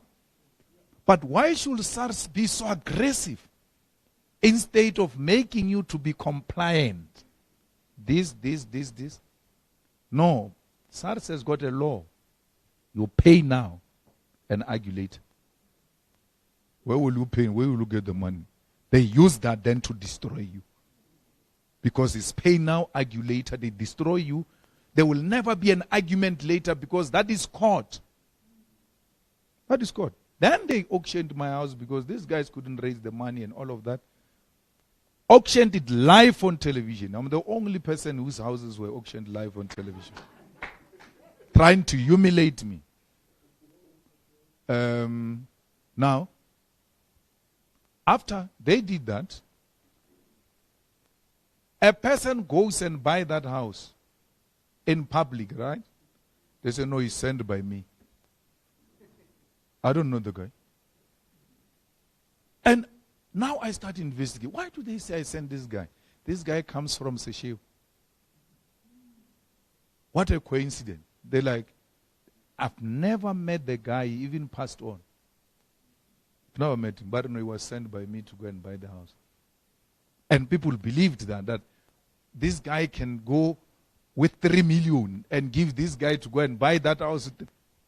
And people of South Africa are like, no, man. What do you mean? So they tried with all of those things of lifestyle audit. Mashaba says who must do lifestyle audit. SARS conduct lifestyle audit on everyone. They don't even care about whether you agree or not. They just send you a questionnaire and say, yeah, answer all of this. And if you don't make sense, they come for you. So we don't need Mashaba's lifestyle audit. We've got institutional mechanisms already to do that. My brother, the property in Sandton, I'm even shocked you're saying it's owned by Afrikaners, because I thought it was the Jewish people who make the property available in public. You go and make a bid, and then you sign offer to purchase. Once they discover it's you, black men, they cancel and withdraw that thing from advertisement. And then it will circulate like they withdraw it a bit, and then they come back again until there is a right person to buy it. Now you say you've got 10 million, you sign the offer to purchase, they start investigating, they're like, okay, he can get 10 million this one. Remember, these are the people who own banks. They've got access to all our finances. They say, no, he can get 10. No, this is a real owner. But they know you can't afford 60, but no, 60. So what I said about Soweto, they use money to keep racism in property, because they know black people cannot afford. That's why I'm saying, let's take this land. And because this is the idling land, you want to use it. And man, he says, no, you can't until you give me 60 million. We have to take that land, so you come to us and say, this thing makes sense. We say, no, go and build there. There's no problem. This person has got a purpose to use this land for, when you have been idling with this land forever. So the land expropriation is inspired by those things that you guys want to farm, want to be property developers. The land is more expensive than the property itself that stand on that land. I mean, to get a land in Sandton is very difficult, and it's done deliberately through money to keep black people out of Sandton. I don't know. You said the farm is that Mpumalanga? Yeah, I think it's Mpumalanga. So we may want to ask Colin to make a follow-up on this one of pigs, because I'm also in farming. So what they do, in Limpopo, they used to give us the Nguni females, and then maybe 10, and then give you one male, and leave you for a particular period, I think 5 years. After that, they ask for their females back and their male. Then you continue with what came from their females. So there was no paying of anything. They gave you 10 cows, you must bring back 10 cows after 5 years. So they never said, you bring 10 cows back plus money. No, that sounds very dodgy. Because the aim is to enable you to enter farming. Yet you don't have money, so the state is supporting black farmers to be professional farmers, but they need the tools. So you can't give the tools and say, no, I actually borrowed you, pay me. No, it sounds very dodgy. So it's an interesting story that we need to follow up. You know, the president failed that Tintswalo when he said, keep searching for a job. Because the president should have outlined what programs are there. There is this, there is this, there is this. The president doesn't know the plans, because the plans do not exist. How do you say to an old man who says, I want a fridge, buy me a fridge? Say, where were you working? I was working, yeah. Go and tell them to buy you a fridge. Which leader says that? Because the president can't say, I will buy you a fridge. I accept that. But the president will say, Mbuyiseni, Mbuyiseni ko le tla shala le bolla ka fridge. You talk about the fridge. It's a very important aspect. Mbuyiseni understand the language that he must buy the free. You assign someone there, right there. Because he moves around, by the way, this door to door with business people and all of that. Just say, help the old man. The old man meets a president. The young woman meets a president. The fact that you came into contact with president, something must give. Motho uno tsena ka nko a ba tsamaya ka nko. Auna anything. Ugabari he has never been here. Because that's what he did in Amanskral. He goes there, people die of cholera. He goes there, he's pretending to be caring. He left Amanskral till today. That Royfall thing has not been fixed. If anything, situation is worse. How can the press? You don't go if you don't have a plan. You first work on a plan. And then you go there because you've got a solution. You go there because you've got a solution. You go like you are listening and listening. You see what's going to happen? Minister of Water, I want this. I want. It's not true. They told him we are going to do 1, 2, 3. Let's go. But he goes there. He doesn't know who's going to do what. You're just going to see them.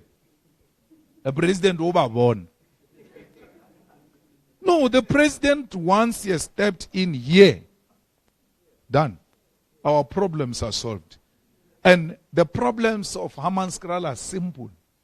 The Royval water treatment plant's budget has been stolen by individuals. A tender was given. Money has been paid. The product is not there. I become a president or a deputy president or anything of that sort. I take that project, I even establish a site office. I go there twice a week. We have to finish this thing. You monitor it yourself because you went there.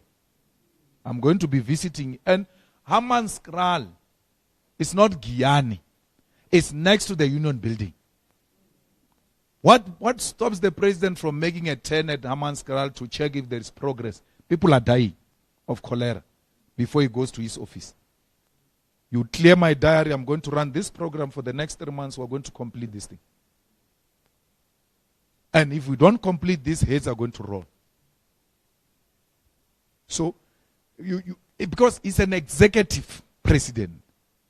The rest, the so-called minister of this, those things are nothing. They are assistants of the president on education.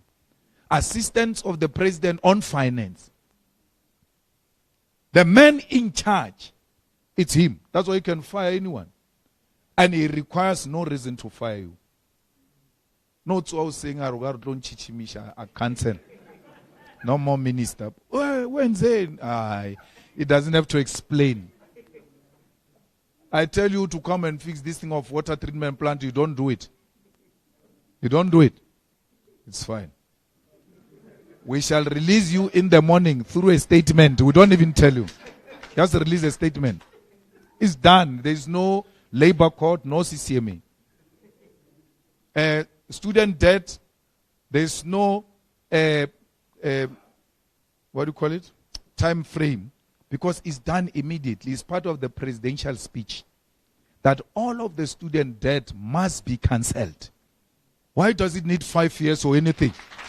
We are fighting every day now, demanding that the student debt must be cancelled. We even sponsored a bill, we said, about the cancellation of the student debt in parliament. Now, before we became government, the ANC used its majority and rejected it. We sponsored a bill to insource cleaners, to insource security guards, so that we can improve their lives. ANC rejected it. My biggest problem with security guards is that our fathers come and work here. And they work as security guards at the Joburg municipality, at the gate for 30 years. He comes back with nothing. And then Kuala Limpopo, when you come back with nothing, they say, "Bamu yile basadi ba maXhosa." Kwa makgwe. Eh, bamu yile.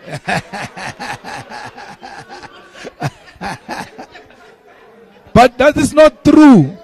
That is not true. The guy has worked at the gate of the municipality for 30 years without a pension fund. Why?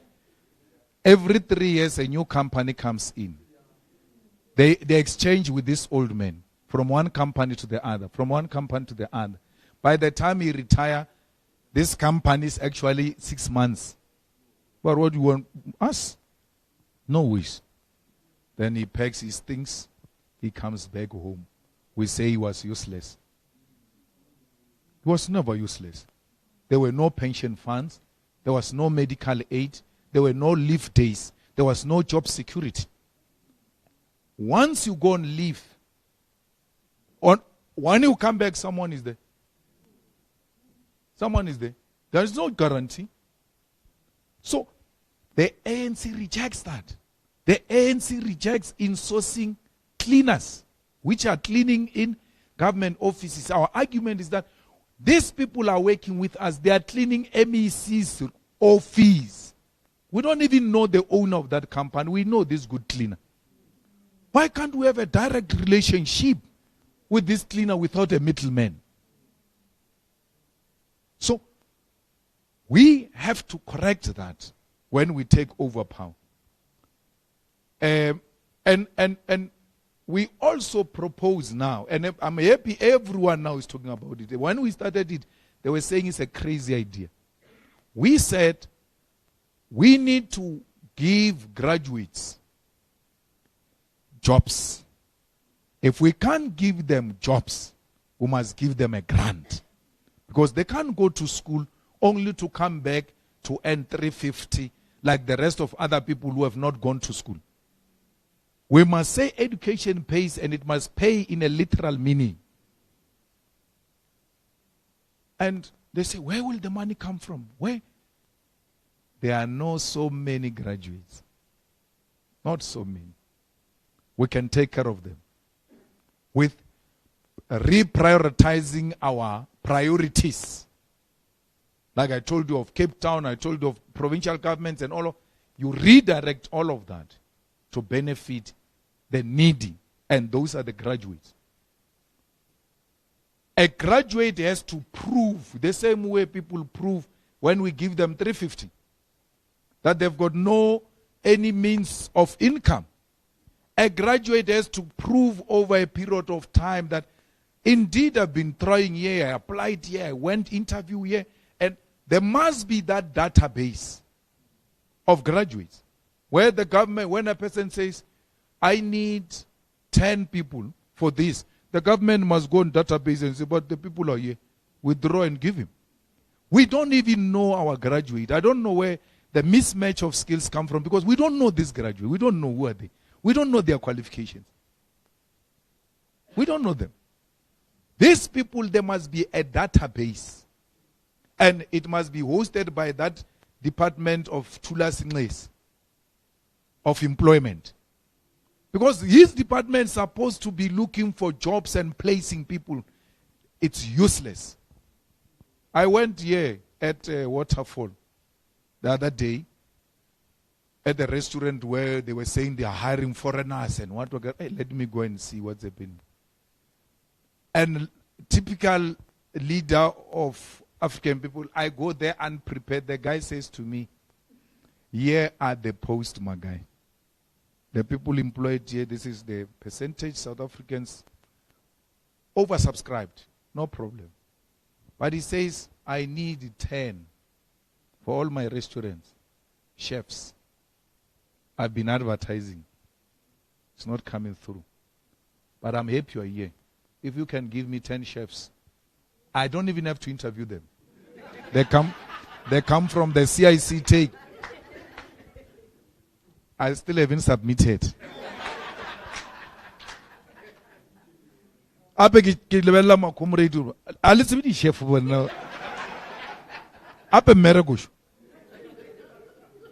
Monalo Kuwar, no problem. Give me. I've been advertising.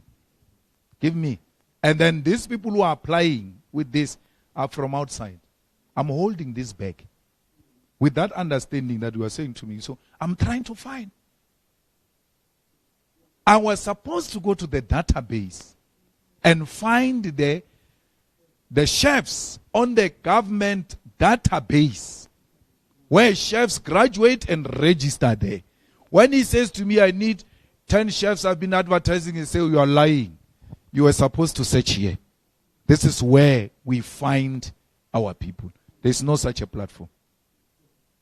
There's no such a platform of rapists. People rape, get sentenced, go to jail, come back from prison to become teachers, primary teachers. Because no one can trace these guys that this is a rapist. Must not be brought anywhere to a girl child.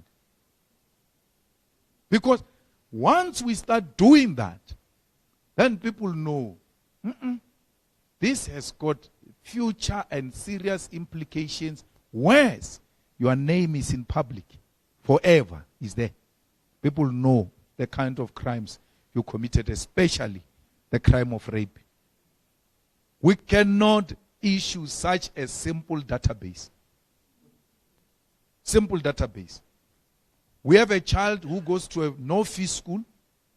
This child goes to university, get NS. When he arrives, primary, no fee school. Secondary, no fee school. When he arrives at tertiary, they want registration fee. Throughout, they've been saying you are poor, go to this free school. We even give you a feeding scheme. We even give you food parcels. But what makes it worse is that my mother is a beneficiary of SASSA. SASSA, which is the state, which the state is supposed to plug all these SASSA beneficiaries on the university database. So, because when you arrive there, they want your parents' ID. When they punch it, it must say SASSA beneficiary. Automatically, this child qualifies to come in. But they don't have that data. They don't have a data of patients. You go to a hospital in Tembisa, you've got these allergies, they get identified, no problem. You don't take this medicine, you leave. You go to Val. You collapse in Val. You can't speak to tell them what are your allergies. They inject you with those allergies.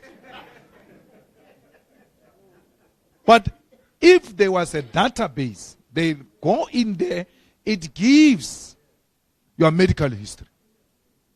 Why? For 30 years, a technology, IT graduates are there who can do this thing.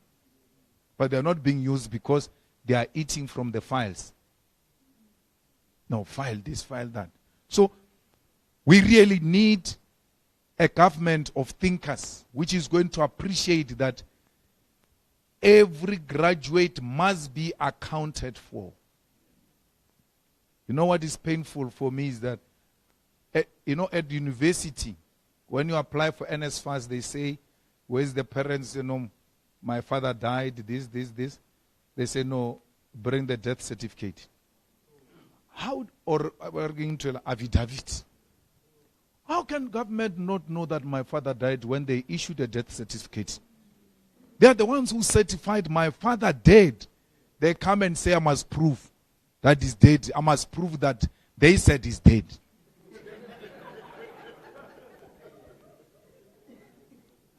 There will never be justice, my brother. There will never be reconciliation without justice. This thing we're demanding of the land is justice. That's simple. The economy must be in the hands of the people because it was robbed from them. And the EFF government will prosecute apartheid agents. We know them. We know the operators of Flag Plus. We are going to go after them. And that's what they don't want. That's why they don't want the EFF. They know these ones are going to give us a problem. Where are those judges that were hanging people? No one speaks about them. No one dares to write about them that this one was a hanging judge. A hangist of note. And that's justice. That's justice to go and look for these people. So, my brother, sewer treatment, water treatment plant, infrastructural maintenance, all of that is what you need. Not only for infrastructural development, for job creation. You will never create jobs if you don't turn this country into a construction site. That's the only way you're going to create jobs. How do you have the whole province, the whole year, or 5 years worse, you have never built a single road? One. You have never asked us that there's going to be some maintenance, we are going to close water, so that you can take out asbestos pipes and put proper pipes to avoid leaks. You've never done that. The only time there is no water is not because you are doing anything. It's because the infrastructure collapsed. Not because you are maintaining it.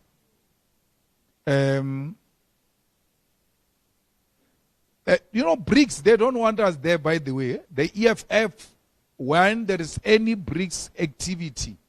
So even if we say we've got these plans of the youth in terms of BRICS, once you saw a red beret, but not here, not here, not here, not here. So they always exclude, not the BRICS countries, the state of South Africa, which we have to go as part of. They say, no, not these ones. But the BRICS idea is a very good idea that we must support, where we create alternative economies and alternative markets, and we can trade amongst ourselves. And that's where the proper discussion about de-dollarizing can take place. And that's a platform where we can neutralize America's influence over the world. It's unfortunate, the tariffs, we have to charge extremely crazy tariffs for anything that is going to come from outside South Africa if we want to support, in fact, industries in South Africa. If there is an industry like a chicken industry, and you allow AGOA to come and dump chicken in South Africa, then chicken industry will never grow. Since AGOA, our chicken industry closed down. Why?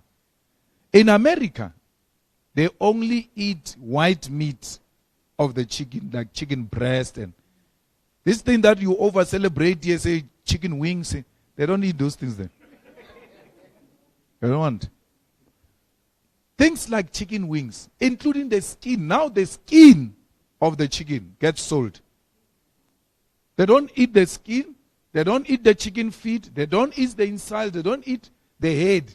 All of that get wrapped and dumped here in South Africa, effectively at no cost, because they don't lose anything. They were going to throw them away.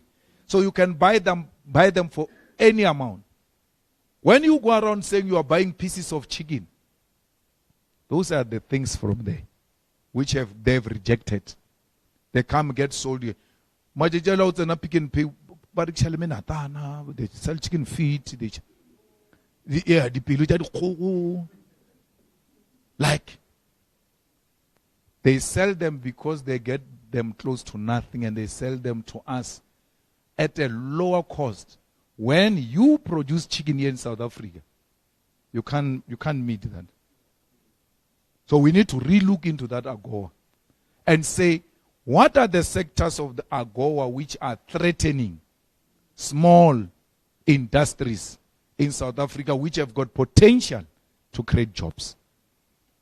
So we need to charge very high tariffs, get customs to work at the airport so that we avoid these counterfeits that are entering our country and undermining our industrial development. I mean, textile industry in the Western Cape was big, was one of the biggest. Even in my township, we had a firm, a factory of producing clothes, textile factory in my own township, which hired a lot of people. Closed down. Closed down. We can revive it by not fighting with the Chinese, by saying to them, no problem, when you bring those things to us, you are going to pay so much to get them. No, not you even.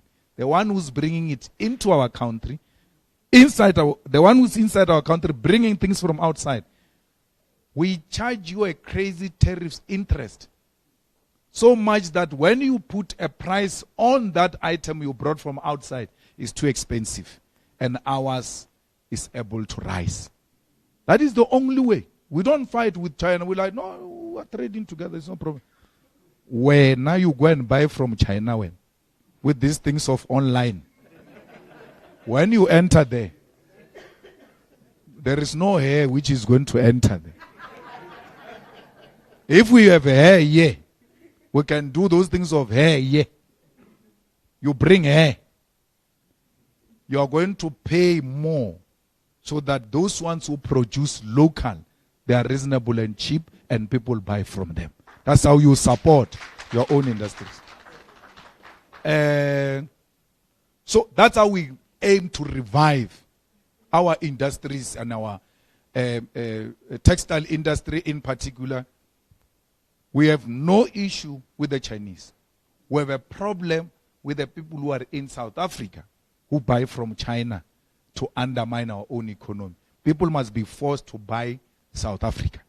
And that is the only way we're going to make sure we support our own local. SMMEs are close to our heart because those are creators of jobs. The more SMMEs you have, the more receptionists you have, the more this you have, the more messengers you have,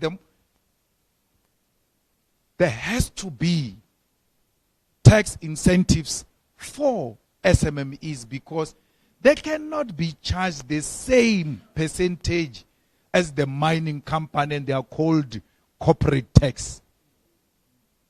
There has to be a difference between a big industry and a small industry, and we say when you reach this bracket this way, then we can amend you to fall into this other category. But just from when you start, they are here on your neck. You haven't declared. Declare what? I haven't got anything. I didn't get any job the whole year. And SMMEs that goes and business that goes and open their industries and factories in the areas outside Gauteng, there has to be incentives. Because we have to depopulate this place. It's going to become a nightmare very soon. We have to depopulate this place. And you depopulate it by decentralizing the economy. Why would someone want to leave Messina if there is an economic activity in Messina? They will stay there and do their own thing there. So we have to make sure that we decentralize the economy, we bring in efficient public transport. You know, to move from Soweto to Sandton, if you work in Sandton and you stay in Soweto, it will take you 3 hours to come in here. Because there's no reliable public transport and the traffic is jammed. If you go to Soweto during weekends, you will regret why you went there. You can't move. Now, what is so difficult about going to China and say to them, come build a speed train for us there and operate it? We don't want anything from you. We engage in BOT. Build it. Operate it. But after 30 years, transfer it to us. Imagine if we had asked that intervention on our power station in 1994. Those things will be transferred to us this year. Why are you so obsessed who's building it? Build it. You want to build it? Build it. Charge them. No problem. We are going to agree on how you go about it. It's okay. There are laws in South Africa and all of that. What is my immediate interest? My immediate interest is to supply my people with a reliable public transport. Then I build a speed train between Johannesburg and Musina. It takes an hour. Remember, Soweto takes 3 hours. Now imagine a speed train from Polokwane drops me in Sandton in 1 hour's time. Lega sambonam, ke bereka from high. Aki chaisha moki a speed train ke boela morao. It's safe, it's home, it's cheaper because when I stay here, I run 2 homes. I can run 1 home with a reliable public transport. Why haven't we not built speed train, but we built Gautrain? And Gautrain is not transporting our people. It's even those roads, the way they go, where Gautrain goes, you know, it's not shame. By loading airport, but barna by yaka ekaingi. Barbana mele Gautrain by airport, by a guy airport. Boy a guy airport. But to ba Johannesburg CBD, Soweto. Johannesburg CBD, Soweto. Pitori, Orange Farm, Mamelodi. Go where our people are and give them reliable transport. And then you must subsidize the taxis. The taxis are not being subsidized. The only way we're going to professionalize this industry of the taxis is when we give it money. And when they talk too much, we're like, we'll withdraw this money. What do I say? This is how you're going to behave. You go this way, this way. We don't have a problem of buses. No one can bully the state from buses because we subsidize them. Once you buy a bus, you're already getting a subsidy. So we need to finance the taxis so that we control them. We professionalize it. We also regularize the salaries of taxi drivers because they are paid according to the feeling of the owner. Sometimes they beat them up. You scratched it here. For the next 3 weeks, you are not getting a salary. So we need to regulate the industry so that it also contributes to efficient public transport. And as far as, I wanted to talk about e-tolls. You know, we told you in 2014 that e-tolls must go. Dalimpof was even a premier candidate here in Gauteng for the EFF. He went demonstrating there. Aro katadi chipijel. Gam trisa cherin. Sagar. When the EFF takes over, we're going to cut these things. 10 years ago, Dalimpof went and said these things must fall and fall in a literal way. 10 years after, Panyaza is standing next to the e-tolls with a countdown. Hey, we've worked. But we said this 10 years ago that this is wrong. Because the EFF is 10 years ahead of all of them. They are all tailing behind the EFF. My sister, tourism is another way we're going to create a lot of jobs. How this state is not supporting tourism, I don't understand. Reliable public transport, but equally, we need to support tourism. Tourism, it has got tour guide, it has got a driver, it has got a waiter, it has got a receptionist, it has got cleaners. You know, there are so many jobs that are easily available to our people. Easily, we train them easily, done, let's go. Imagine what tourism can do in Mpumalanga. Kruka is the only rural province where a plane big plane goes and land there, full of white tourists. Full. And then all of them are going to sleep in white-owned hotels. The transport, that's not shuttle, that one they use for safari, is white. White. Why can't you just say, man, yeah, we're going to get 10 black-owned companies to provide those safari cars. What is that? Because until I give van, there is nothing special about that thing. Give van, they put those steel thing. Sometimes, if you are lucky, there is a sailor when it rains. What is that? Because our people are driving buggies every day. What's special about that? But that is owned by a white man. White men. 10 buggies. Each one of you give us 10. Let they be B&Bs and all of that in White River, in Nelspruit, Hoedspruit, all of those areas where the tourists are going. And deliberately, as a government, promote black-owned.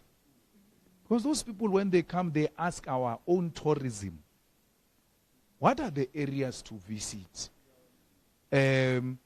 Which places can we sleep in?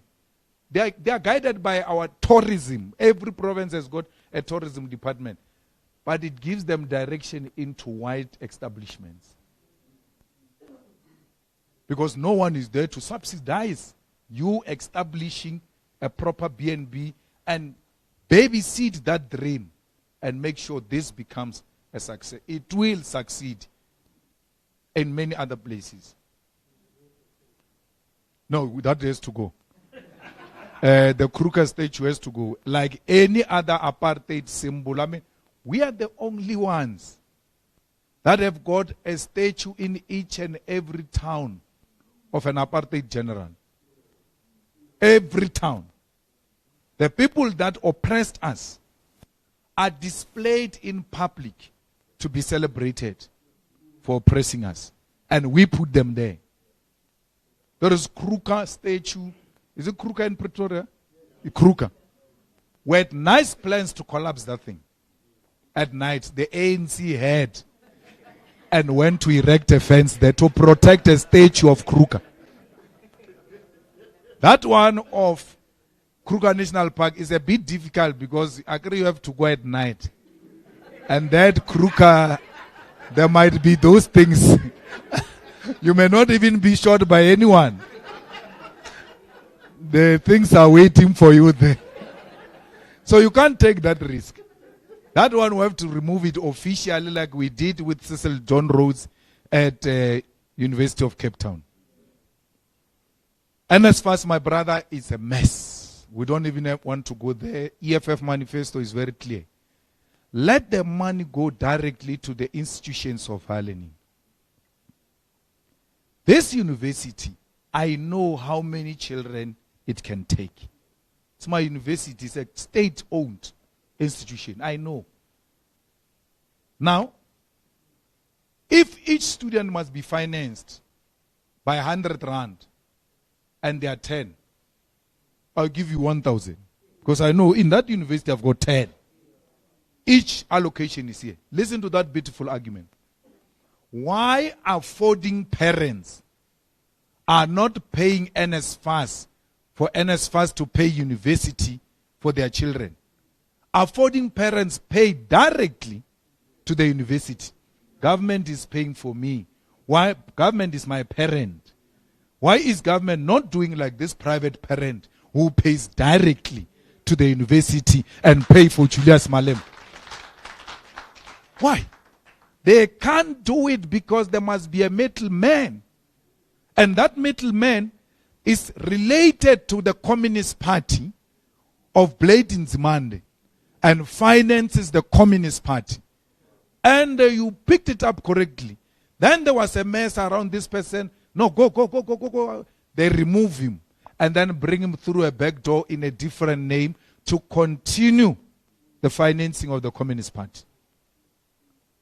Now they realize, no, this appointment of this and that is not working. Let's take it directly. Yes, now put it under administration. Because under administration means now he's got control over that money without any due process. Let the university monies be paid directly to universities and not through any other agent. And NSFAS must close down.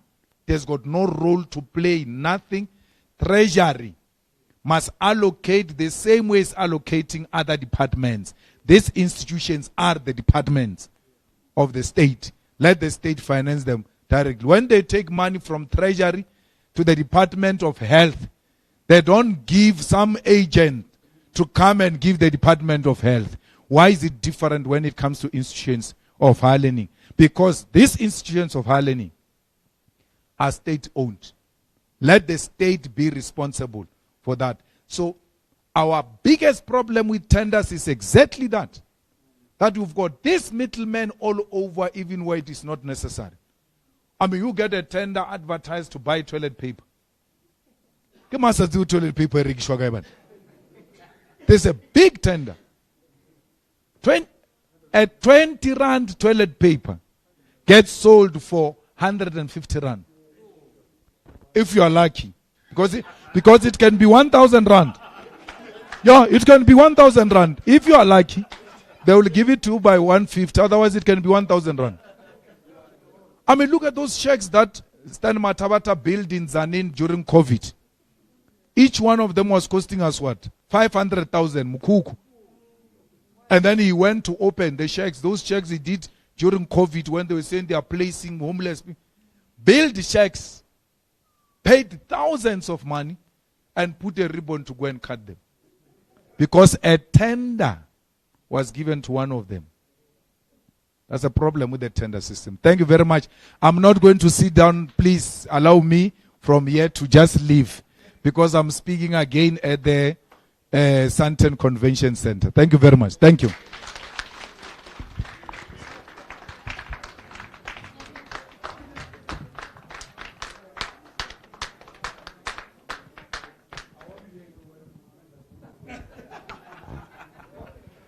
Thank you very much, Chair. Come and do the vote of thanks quickly, then we close. Yeah, we have a branch here. Respect the leadership. Thank you very much for all of business people, professionals, people around Midrand who came here to listen to the manifesto of the EFF from the CIC, and to also, to some who don't know, Midrand 112 is the number one branch of the EFF in the whole country. It gives EFF 4,400 during national elections. So we are expecting to even get more this time around. I thank you.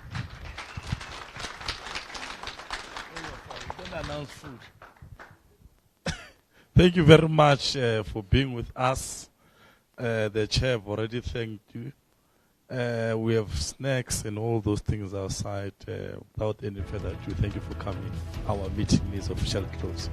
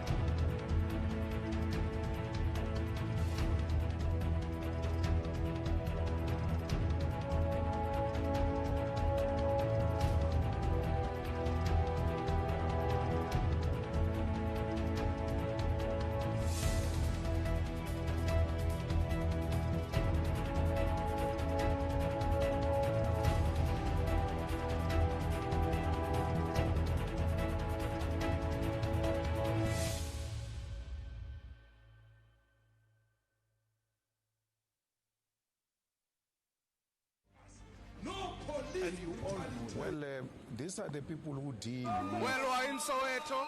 The message is simple. We're calling on all Those who young said people. the EFF would not reach this milestone. We have a right. No traffic cop will stop us. No police. And you all know. Well, these are the people who deal. Well, we're in Soweto. The message is simple. We're calling on all Those who young said people. the EFF would not reach this milestone. We have a right. No traffic cop will stop us. No police. And you all know. Well, these are the people who deal. Well, we're in Soweto. The message is simple. We're calling on all Those who young said people. the EFF would not reach this milestone. We have a right. No traffic cop will stop us. No police. And you all know. Well, these are the people who deal. Well, we're in Soweto.